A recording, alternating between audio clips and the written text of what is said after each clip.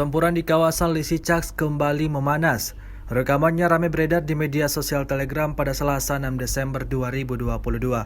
Brigade keempat LPR menghancurkan sekelompok militer angkatan bersenjata Ukraina beserta titik pertahanan mereka. Prajurit Brigade keempat dari Korps Angkatan Darat kedua LPR menyerang posisi yang dibentengi militer Ukraina dengan tembakan akurat dari artileri, menyesuaikan tembakan dengan bantuan perangkat pencitraan termal. Tampak dalam rekaman serangan bertubi-tubi tepat mengenai posisi pasukan Ukraina.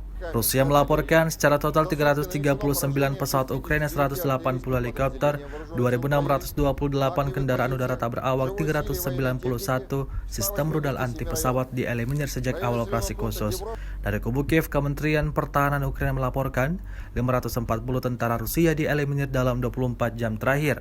Total 91.690 prajurit Federasi Rusia meninggal sejak awal konflik hingga hari ke-286.